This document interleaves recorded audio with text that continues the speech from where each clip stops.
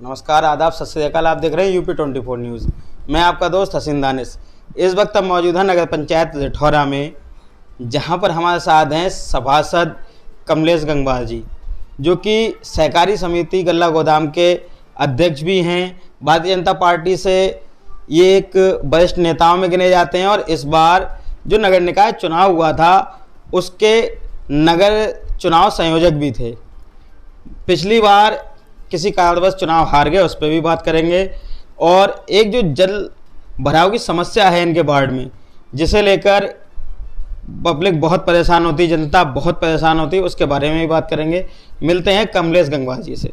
स्वागत है हमारे चैनल यूपी 24 में आपका। धन्यवाद दानिश भाई।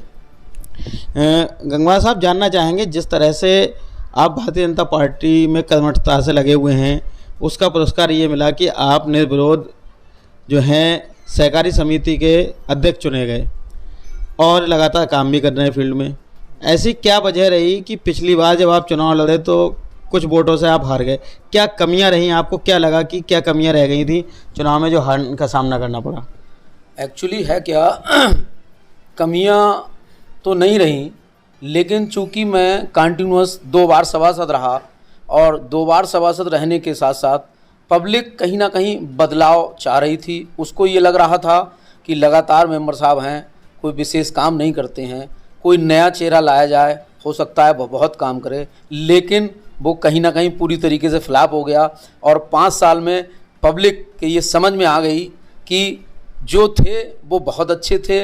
उसी का नतीजा है कि मैं जो भी मेरे यहाँ वोट पड़े उसमें 50% मुझे अकेले मिले और 50% में बाकी 6 प्रत्याशी रहे। अच्छा, जो जिला सहकारी बने हैं आप, सहकारी समिति के अध्यक्ष बने हैं निर्विरोध, ऐसा क्या कारण रहा कि रिठौरा का रिकॉर्ड रहा है कि हर बार चुनाव होता है, लेकिन इस बार चुनाव ना होने का कारण क्या रहा? आपकी छवि को लेके कहा जाए तो आपकी छवि एक साफ सुथरी और पढ़े लिखे युवा की है, लेकिन चुनाव में किसी अन्य प्रत्याशी का नाव उतरने का कारण समझ में नहीं आता। थोड़ी सी रोशनी डालिए। कोई विशेष इसमें कारण नहीं रहा, चूँकि ये चुनाव एक मान सम्मान का चुनाव है और मैंने इसको बहुत ही विधिवत तरीके से लड़ा। पार्टी की कहीं ना कहीं मुझे पूरी तरीके से सपोर्ट मिली और उसी का नतीजा रहा कि कोई भी व्यक्ति इस चुनाव में दावेदारी करने के लिए नहीं आया। अच्छा, अब बात करें, आपके चुनाव संयोजक थे आप, तो यहाँ पर सीट बिल्कुल बहुत करीबी अंतर से हारी है बीजेपी की। मेहनत बहुत की आपने, अपना चुनाव कम देखा और फील्ड में अध्यक्ष पद के प्रत्याशी के साथ रहे, तो आपको क्या लगता है कि कहीं ना कहीं आपकी मेहनत में कमी रही या जनता से जुड़ाव कम हो पाया?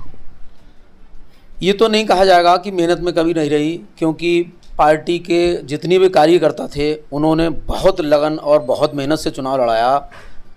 कहीं ना कहीं जो हमारा टिकट हुआ उसमें हल्की सी चूक रही, क्योंकि प्रत्याशी पिछले 5 वर्षों से रिठौरा में नहीं रह रहा है और कहीं ना कहीं जब वो रिठौरा में नहीं रह रहा है तो पब्लिक से उसका धीरे धीरे टच ख़त्म हो गया, और जिस कारण कहीं ना कहीं हमारी मेहनत के साथ साथ भी हम ठीक परिणाम तक नहीं पहुंच पाए। क्या आपका मानना ये है कि अगर प्रत्याशी की कनेक्टिविटी होती या प्रत्याशी चुनने में ऐसा प्रत्याशी चुना जाता जो स्थानीय होता, जो लगातार जनता के बीच रहा है, तो ये जो चुनाव बहुत कम अंतर से हारा है, सीट बीजेपी जीत सकती थी? बहुत वोटों से जीत सकती थी। जीत नहीं सकती थी, निश्चित चुनाव जीतते और बहुत अच्छे मतों से जीतते। बहुत कम मतों से हारे, लेकिन चुनाव जीतने का अंतर बहुत ज़्यादा हो जाता। अच्छा, बात करें आपकी सभासदी की, आप पिछली बार तो नहीं रहे, उससे पहले 10 साल रहे हैं, फिर से जनता ने आपको चुना है, जिम्मेदारी फिर से सौंपी है। आपके वार्ड में एक एरिया आता है होली चौराहा,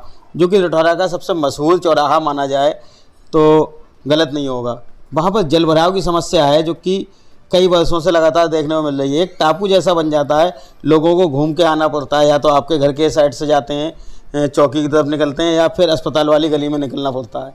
तो इस समस्या के लिए जहाँ अध्यक्ष हैं जो, उन्होंने वादा किया है कि इसका हम समाधान जल्द से जल्द करेंगे, तो आप कितना सहयोग करेंगे और कितनी जल्दी बनवाने का प्रयास करेंगे?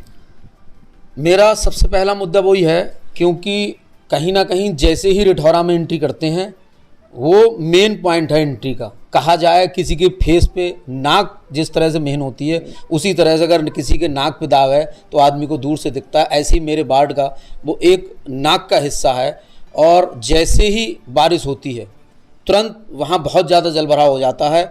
उस जलभराव के दो कारण हैं।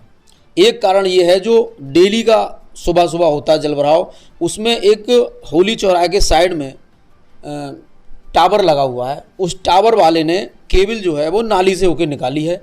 मैंने अभी 4-5 दिन पहले, जैसे ही मैं चुनाव जीता, मैंने अगले ही दिन नगर पंचायत में ईओ साहब से भी कहा है और बड़े बाबू से भी कहा है कि इस टावर वाले के खिलाफ एक नोटिस बनाइए कि या तो ये नाली के नीचे से अपनी केबल निकालें या फिर नाली के ऊपर से निकालें। नाली के बीच से निकलने से जो कूड़ा आता है वो वहाँ पर रुक जाता है और उसकी वजह से पानी जो है ऊपर रोड पे आ जाता है। उसके आगे फिर पुलिया है। पुलिया जो है वो कहीं ना कहीं नीचे से पट गई है, उसमें जो सफाई करने की व्यवस्था है वो प्रॉपर नहीं है। प्लस जो अभी हाईवे वालों ने नाला बनाया है, उस नाले में हमारा पानी नहीं लिया भी है बहुत रिक्वेस्ट करने के बाद, तो बहुत छोटे छोटे 2 होल हैं, उनकी वजह से वो पानी का कहीं ना कहीं जल भराव होता है। बहुत जल्दी मैं इस पे लगा हुआ हूँ।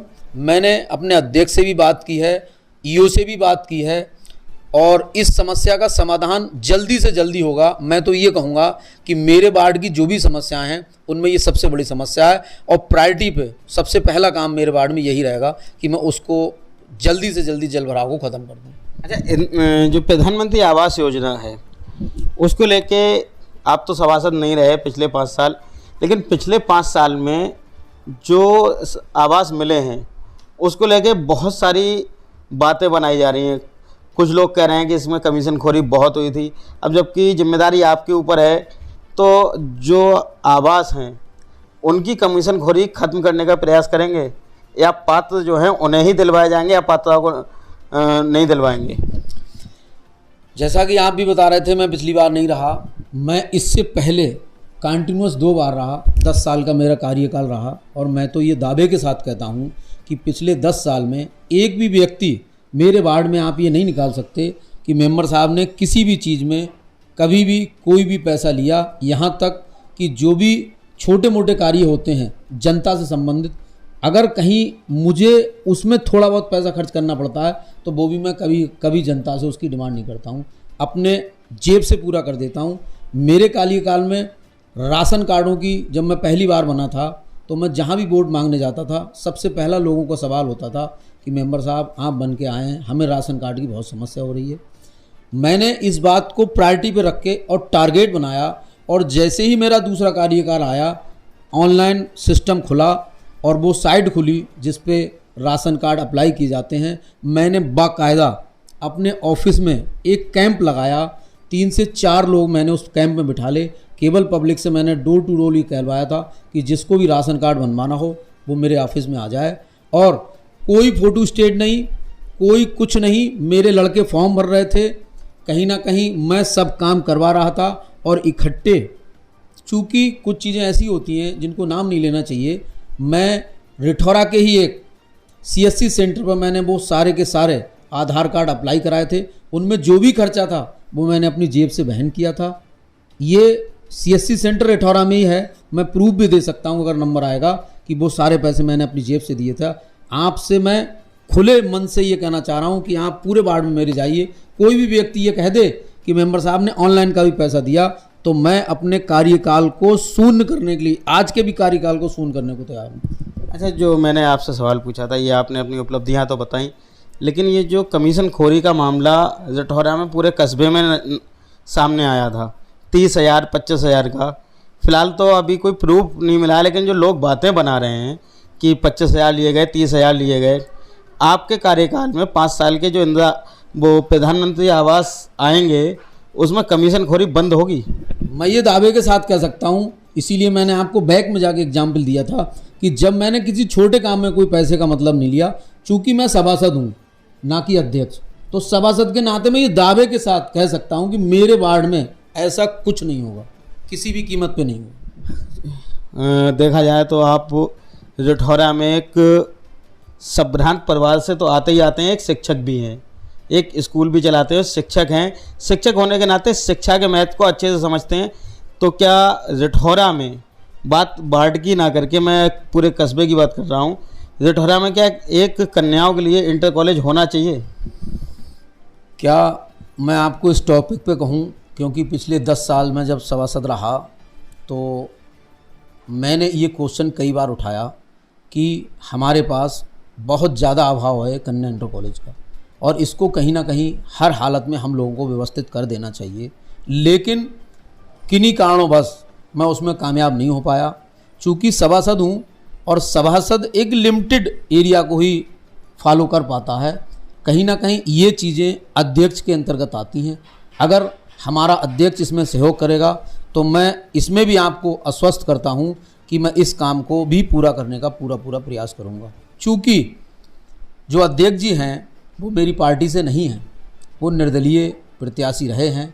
अब बोर्ड की मीटिंग अभी कोई नहीं हुई है, बोर्ड की मीटिंग होती है, हम देखते हैं कितना अच्छा हमारा उनका तालमेल बैठता है या नहीं बैठता है। लेकिन मैं बिठाने का भी प्रयास करूंगा, प्लस ये भी प्रयास करूंगा कि जो जायज़ काम है मेरे और उनके वो प्रॉपर रूप से कर सकें और करवा सकें। तो ये थे कमलेश गंगवार जी, जो कि अपने वार्ड की जनता के काम में आने की बात कर रहे हैं। होली चौराहे वाले पॉइंट को ये जेठौरा की नाक बता रहे हैं, और नाक पे दाग होना मतलब बिल्कुल चेहरा बदसूरत हो जाना, उस बदसूरत चेहरे को खूबसूरत चेहरे में बदलने की बात कर रहे हैं। कन्या इंटर कॉलेज के सवाल पर इन्होंने कहा कि मैं पूरा सहयोग करूंगा और कोशिश करूंगा कि मैं प्रस्ताव रखूं और कन्या इंटर कॉलेज जेठौरा में बन सके। तो ये कन्याओं के लिए बहुत बेहतर बात होगी, क्योंकि शिक्षक हैं तो शिक्षा का महत्व बहुत अच्छे से जानते हैं। तो लगातार ताज़ा अपडेट के लिए बने रहिए यूपी 24 के साथ। मैं अपने सहयोगी अब्दुल हसन के साथ, हसीन दानिश, बरेली।